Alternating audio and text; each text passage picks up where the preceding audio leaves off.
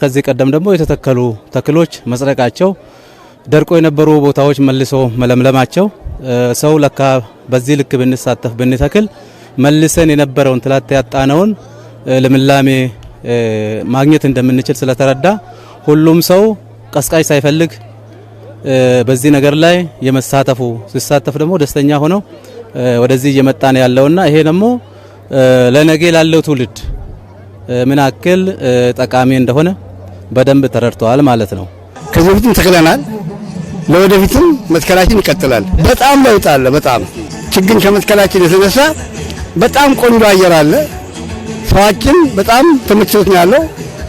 እንደውም አንዳንድ ቦታ የሚበሉ አትክልቶች ሁሉ የተከልን ያለ ነው። ጥሩ ነው። ውጤቱ ስናየው በጣም በቅሏል። ውሃም እያጠጣን እየተከታተልን ነው። ይሄኛውንም ውሃ እያጠጣን እየተከታተልን እንዲጸድቅ እናደርጋለን።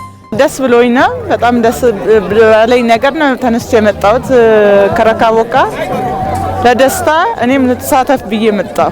የ6 ወር ልጅ ነው ይዤ መጣሁት። እኔም ደስ ብሎኝ ከሰው ጋር ልሳተፍ ብዬ መጣሁ። ልጄን ይዤ ማለት ነው። በጠዋት በእንቅልፋችን ተነስተን 12 ሰዓት ተነስተናል። ያው እኛ የምናስተምረው ስርዓትን ነው፣ ስፖርቱን የሚያስተምረው በዚሁ እንቀጥላለን። ሁሌም መልካም ስራዎችን እየሰራን ሁሌም ወደፊት እንቀጥላለን። ችግኝ ፕሮግራም ላይ የመጀመሪያችን አይደለም፣ ለየት የሚል ፕሮግራም ቢሆንም ቢያንስ እኛ ለመትከል ያሰብነው እስከ 2000 እስከ 3000 ችግኝ ባለው እንደ ክለብ ማለት ነው ችግኝ ለመትከል ነው ያሰብነው።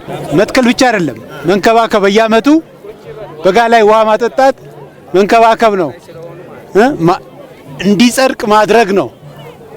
ተክለን ቤት አንገባው እናጸድቀዋለን።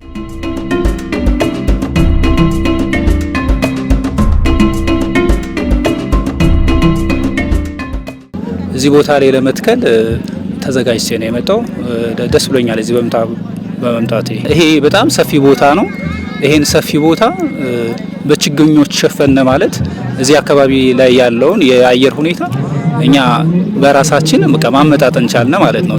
ጫማዬን፣ ልብሴን፣ አለባበሴን በዛ መልኩ ሬዲ አድርጌ ነው የመጣው ለዚህ ተከላ ማለት ነው። ችግኝ መትከል እንግዲህ ህይወት ነው። ከምን በላይ ህይወት ነው። ችግኝ ካለ ዛፍ ካለ ህይወት አለ። ዛፍ ካለ አረንጓዴ ነው። ትልቅ ነው እዚህ ፕሮግራም ላይ መሳተፍ በራሱ።